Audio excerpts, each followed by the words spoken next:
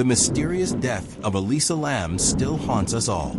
In February 2013, Elisa, a 21-year-old Canadian student, checked into the Cecil Hotel in Los Angeles. Just days later, her body was found dead in a water tank on the hotel roof. What happened between her strange, bizarre elevator footage and her tragic end? The footage showed Elisa acting erratically, almost paranoid, as though something was haunting her. But was it mental illness, a tragic accident, or something darker at play? Tonight, we dive into the chilling mystery of Elisa Lam's death at the infamous Cecil Hotel. The truth might be stranger than fiction. Stay with us as we try to uncover the eerie truth behind what happened at the Cecil Hotel. You won't believe the twists and turns in this haunting story. Elisa Lam, a bright 21-year-old student from Vancouver, Canada, had always dreamed of exploring the world. As an active social media user, she loved sharing her experiences, especially her passion for travel and creativity. She was a student at the University of British Columbia, and she had a love for art, writing, and sharing her story online. Her trip to California in January 2013 was meant to be a solo journey, an opportunity for Elisa to explore the cities of California, meet new people, and embrace new experiences. Elisa's journey was meant to be her first solo adventure across the United States, and she was looking forward to exploring Los Angeles.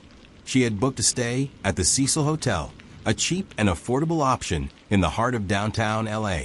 At first glance, the hotel seemed like just another place to rest during her travels. However, Elisa had no idea that she was about to stay in a hotel with a sinister reputation. The Cecil Hotel, built in 1927, had long been associated with death, tragedy, and crime. Over the years, the hotel had gained a reputation as a place of nightmares. From suicides to murders, the Cecil Hotel had become infamous for its dark history. Its most notorious guest was Richard Ramirez, the infamous Night Stalker, who used the hotel as a place to stay while committing his grisly murders in the 1980s. The hotel had seen more than its fair share of disturbing incidents, and it had earned the nickname the Hotel of Death. Despite the hotel's grim reputation, Elisa checked in on January 26, 2013, excited for her next adventure. She was assigned a room in the hotel's budget section, which catered to younger travelers looking for affordable accommodations. Elisa posted an image online of her arrival at the hotel, smiling and excited about her journey. She seemed optimistic, posting updates on her social media, sharing her experience with her followers.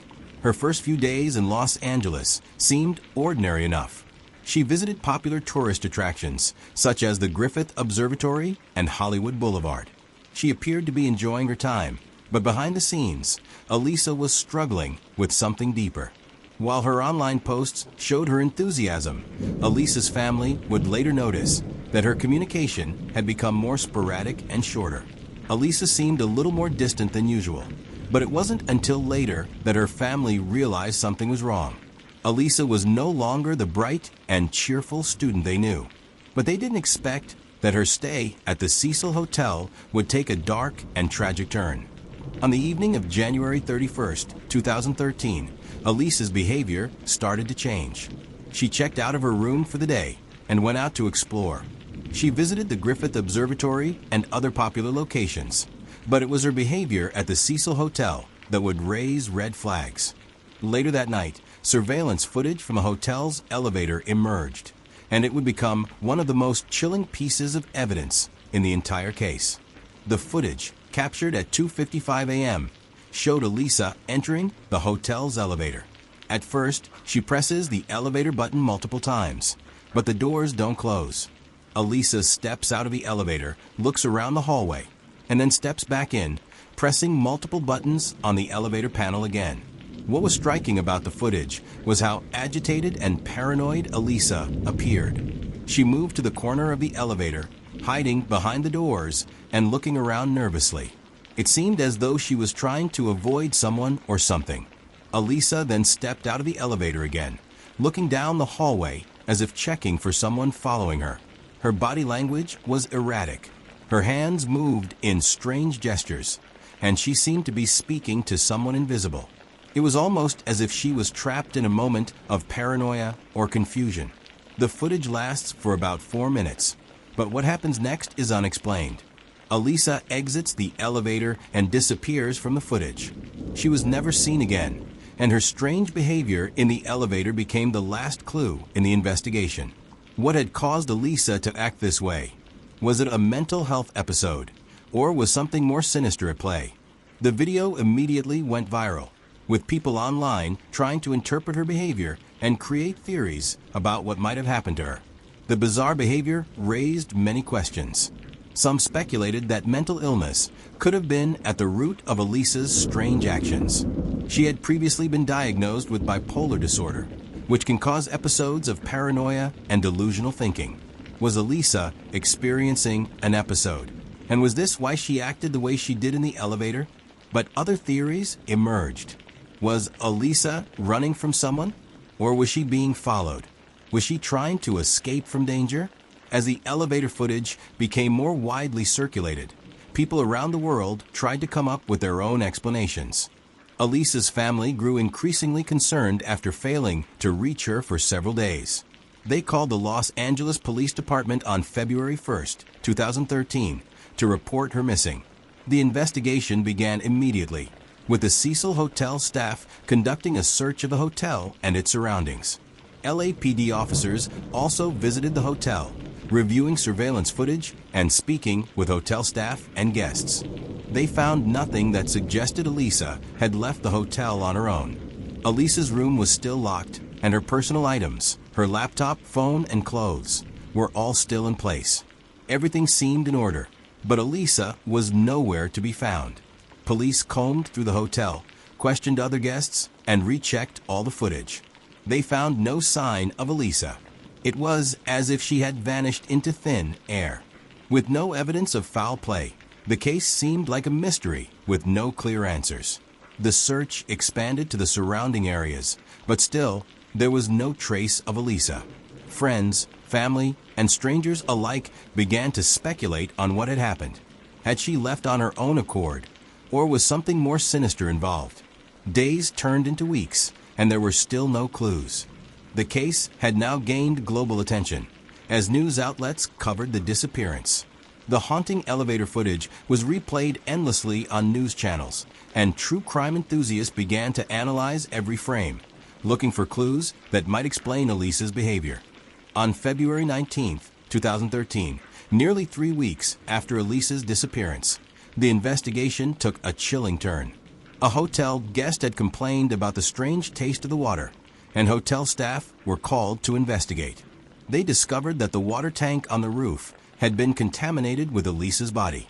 The discovery was horrifying. Elisa's body had been floating in one of the hotel's water tanks, submerged for over 2 weeks. Her body had been decomposing, and the water had become contaminated, leading to complaints from guests who had been using it. Elisa had unknowingly caused the water in the hotel to be contaminated, and hotel guests had been drinking and bathing in it. The police were called to the scene immediately. Elisa's body was retrieved from the tank, and an autopsy was performed. The report showed no signs of foul play. There were no injuries to her body, no signs of sexual assault, and no drugs in her system. The official cause of death was drowning, but the investigation had more questions than answers. How had Elisa ended up in the water tank? The roof was locked and could only be accessed by staff or guests with special permission. How had Elisa managed to get up there undetected? As news of Elisa's death spread, several theories began to emerge. Some believed Elisa's death was the result of mental illness, perhaps triggered by bipolar disorder.